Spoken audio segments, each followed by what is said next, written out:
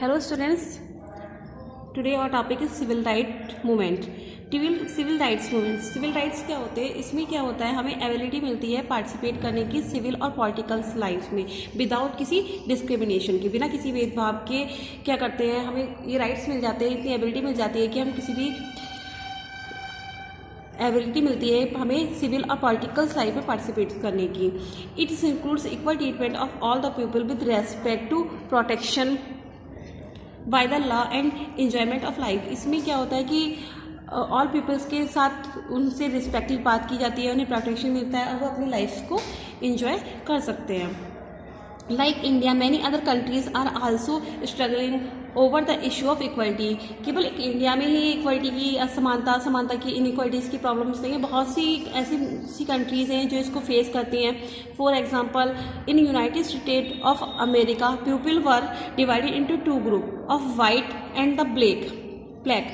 जो आपका United state है अमेरिका, उसमें भी जो है पीपल्स जो है कितने टू पार्ट्स में डिवाइड से, वाइट्स अमेरिकन होते थे और ब्लैक अफ्रीकन अमेरिकन. ठीक है, जैसे किसी के पेरेंट्स, किसी के फादर अफ्रीकन है, मदर अमेरिकन है, तो उनको ब्लैक बोलते थे और वो अफ्रीकन अमेरिकन होते थे, मतलब दोनों मिक्स होते थे. उनके पेरेंट्स अदर कंट्री के होते थे, मदर अदर कंट्रीज की होती थी. It was because the ancestors African American were once to slave who were brought from Africa. African American was treated extremely unequally and declined the quality before law. तो क्या हुआ था, एक बार जब कभी वहाँ पर फाइट हुई थी तो कुछ लोग अफ्रीकन रोज अमेरिका में आ गए थे. ठीक है, तो उससे क्या हुआ था कि टू टाइप्स के लोग होने लगे, एक अफ्रीकन और अमेरिकन. ठीक है, एक वाइट होते थे, एक ब्लैक होते थे. तो उनमें क्या होती थी, पार्शलिटी होती थी, मतलब उन लोगों को जो ब्लैक लोग होते थे ना, उन लोगों को जो है उनके लिए रूल्स नहीं थे. ठीक है, बहुत सी प्रॉब्लम्स उन्हें फेस करनी होती थी, जैसे कि उन्हें बस में पीछे सीट पर बैठना पड़ता था, एजुकेशन में बहुत प्रॉब्लम होती थी. दे हैड नो सिविल और पॉलिटिकल राइट्स, उन्हें कोई भी सिविल और पॉलिटिकल राइट्स नहीं मिले हुए थे. For example, when travelling in a bus, they blacks had to sit at the back of the bus and leave their seat for a white person. क्या होता था, मीन्स जैसे कि मान लीजिए अगर वो किसी बस में ट्रेवल कर रहे हैं, ठीक है, और अगर वो किसी सीट पर बैठे हैं, ठीक है, पहले तो उनको पीछे सीट पर बैठना पड़ता था, बैक में बैठना पड़ता था. अगर बाई चांस वो कोई वाइट पर्सन वहाँ आ जाता है तो उन्हें अपनी सीट छोड़नी पड़ जाती थी. They were separate lunch counter for the black and white and separate school for black and white. और वहाँ पर क्या होते थे, जो ब्लैक और वाइट लोग होते थे ना, पीपल्स होते थे, उनके लिए सेपरेट स्कूल्स होते थे, लंच काउंटर भी अलग होते थे. जो वाइट्स लोगों के लंच काउंटर थे, उन पर ब्लैक पीपल्स जो है लंच नहीं कर सकते थे. ठीक है, इस तरीके की इनक्वलिटीज़ होती थी वहाँ पर. In order to fight the inequality, the civil right movement start. Inequality से फाइट करके एक मूवमेंट आया था, उसे बोलते हैं हम सिविल राइट मूवमेंट. ठीक है, ये सिविल राइट मूवमेंट स्टार्ट हुआ था. Civil right movement began in USA 1950, in which African American people demanded equal rights and to racial डिस्क्राइमिनेशन. इसमें क्या हुआ था, ये सिविल राइट मूवमेंट्स यूएसए में 1950 में स्टार्ट हुआ था, जिसमें अफ्रीकन अमेरिकन जो लोग थे, जो ब्लैक पीपल्स थे, उन्होंने डिमांड करी थी इक्वल राइट्स की, कि हमें इक्वल राइट मिलना चाहिए, हमारे साथ कोई भी डिस्क्रिमिनेशन नहीं होना चाहिए. This movement initiate on the 1 December in 1955 with the incidents that happen with the रोजा पार्क. ये जो मूवमेंट स्टार्ट हुआ था वो 1 दिसंबर 1955 को हुआ था. और किसके थ्रू हुआ था ये, रोजा पार्क एक अफ्रीकन अमेरिकन वुमेन थी, एक लेडी थी. एक बार क्या हो रहा था कि वो बस में ट्रेवल कर रही थी, वो बहुत ज़्यादा थकी हुई थी, तो वो बस की सीट पर बैठी हुई थी. तभी एक वाइट मैन वहाँ पर आ जाते हैं. ठीक है, तो वो उनको अपनी सीट छोड़ने के लिए बोलते हैं, लेकिन वो क्या करती हैं कि बहुत ज़्यादा थके होने के कारण अपनी सीट नहीं छोड़ती हैं उसके लिए. ठीक है, तो इसलिए उन्हें क्या अरेस्ट भी किया जाता है.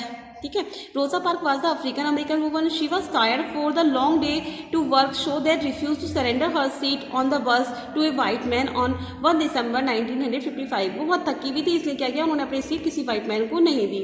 हर refusals led to her arrest, इसकी वजह से उन्हें अरेस्ट कर लिया गया. This started the day start to the her agitation against the unequal way in which African American was treated, and this come we know to the civil right movement. तो इस तरीके का जो इस दिन से क्या हुआ, 1 दिसंबर 1955 से एक मूवमेंट स्टार्ट कर दिया गया, सिविल राइट मूवमेंट्स का की स्टार्टिंग हो गई, ठीक है। और जो उनके साथ ट्रीटमेंट किया जाता था उसके लिए वो लोगों ने क्या किया, उसके अगेंस्ट हो गए वो लोग, ठीक है। तो इस तरीके से ये मूवमेंट काफ़ी टाइम तक चलता रहा। उसके बाद इन 1965 में क्या हुआ, मीन्स 9 साल बाद लगभग इन लोगों को क्या मिला, सफलता मिली कि ब्लैक पीपल्स के लिए भी कुछ एक्ट्स बनाए गए, ठीक है। इसमें क्या था, इन जो इनके लिए through the struggle of the black people civil right act come into the force of 1964 में एक्ट आया था इनके लिए। It ban discrimination on the basis of race, religion और नेशन ऑफ ऑर्गन। इसमें क्या क्या था, कोई मतलब इसके बेस पे बैन लगा दिया गया था किस पर, कि उनके बेस पर, उनके रेस के, रिलीजन्स के और नेशनल ऑर्गन के बेस पर किसी के साथ कोई डिस्क्रिमिनेशन नहीं होगा, कोई भेदभाव नहीं होगा। All school were open to African and American children also, they are no longer had to attend the separate school specially set up from them. और सभी अफ्रीकन और अमेरिकन चाइल्ड एक साथ स्टडी कर सकेंगे। All citizens were equal before law and enjoy equal protection of law. और सभी citizen जो भी वाइट हैं, नॉन वाइट्स हैं, ब्लैक्स हैं, जो भी हैं वो सब इक्वल हैं लॉ के अकॉर्डिंग, और वो अपनी लाइफ को एंजॉय कर सकते हैं, उन्हें इक्वल प्रोटेक्शन मिलेगी, ठीक है। Challenge of democracy. डेमोक्रेसी में क्या हुआ था, जो the dictionary meaning of dignity is the fact to of being give honour and respect by people. इसमें क्या होता है, डिग्निटी में हमें जो है सभी को रेस्पेक्ट मिलनी चाहिए, ठीक है, सबको ऑनर को एंड रेस्पेक्ट मिलनी चाहिए पीपल से। Democracy enhance human dignity. Democracy क्या है, एक human dignity by providing them political rights to protecting them. इसमें क्या होता है, सभी को पॉलिटिकल राइट्स होती हैं, सभी को प्रोटेक्ट मिलता है, ठीक है। कुछ पॉलिटिकल राइट्स बन जाती हैं, जो ऑल पीपल्स होते हैं वो इक्वल होते हैं, ठीक है। In a democracy maximum interest of the people are safeguard by providing an environment in which the individual is free to develop is her personality. इसमें क्या होता है कि हमें ऐसा इन्वायरमेंट मिल जाता है जिसमें हम लोग इंडिविजुअल्स क्या कर सकते हैं, फ्रीली अपनी पर्सनैलिटी को डेवलप कर सकते हैं, चाहे वो गर्ल्स हो या वुमेन्स हो, okay.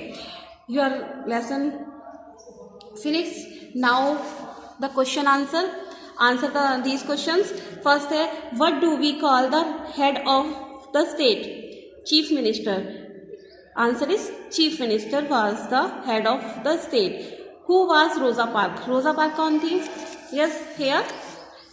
Rosa Parks was an African American woman. She was tired from a long day at the work. She refused to surrender her seat on a bus to a white man on 1 December 1955। ये एक रोजा park क्या थी, African American women थी जो बहुत थकी हुई थी, इसलिए अपनी सीट उन्होंने क्या किया था, एक वाइट मैन को नहीं दी थी। What do you mean by the democracy? Democracy का क्या मीनिंग होता है, right here in simple word, democracy means the rule by the common people. जो कॉमन पीपल्स के लिए जो रूल्स बनाए जाते हैं उन्हें हम बोलते हैं democracy. And also on page number 138, democracy means the rules by the common people. It is form of the government in which people elect their own representative. Okay, here to here, here to here.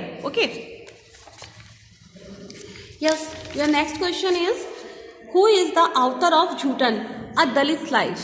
ठीक है, दलित life एक book, दलित life एक झूठन एक book है जिसको किसने right किया था, कौन थे उसके ऑथर? ओम प्रकाश वाल्मीकि, ठीक है, Om Prakash Valmiki. The answer, what is franchise? Open the page number 138 for the answer of this question. Heading franchise, page number 138। Franchise means right to vote. Every democratic country has a fixed voting age. Okay, here to here, answer of this question. Next question is, which government give maximum freedom of its people? तो democratic government give maximum freedom of its people. Okay, answer is democratic government, which को cut कर दीजिए, give maximum freedom of its people. Your 7th question, when do we have election in India? हमारे India में elections कब होंगे, कब होते हैं हमारे इंडिया में election? When do we have election in India? India में हमारे इलेक्शंस हुए थे 1900 1999 में। हमारे यहाँ जो इलेक्शन होते हैं वो आफ्टर 5 ईयर्स होते हैं। तो हमारे यहाँ इंडिया में इलेक्शन हुए थे 2019 में हुए थे। इन 2024 अप्रैल में हम अब जो इलेक्शन होंगे वो हमारे 2024 में होंगे, अप्रैल मई के मंथ में। ओके, नेक्स्ट है choose the correct answer. First, what is the main cause of economic discrimination. Economic discrimination का मेन काउज क्या है? प्रॉपर्टी, दरिद्रता या गरीबी। Doctor Bhimrao Ambedkar belong to Mahar caste, वो मेहर कास्ट से बिलोंग करते थे। Joothan was written by Om Prakash Valmiki, here also Om Prakash Valmiki. Okay, the voting age in India is 18 year. हमारे इंडिया में जो वोटिंग एज है वो कितनी है? 18 year. Okay, your short question is completed and choose correct option. Thank you.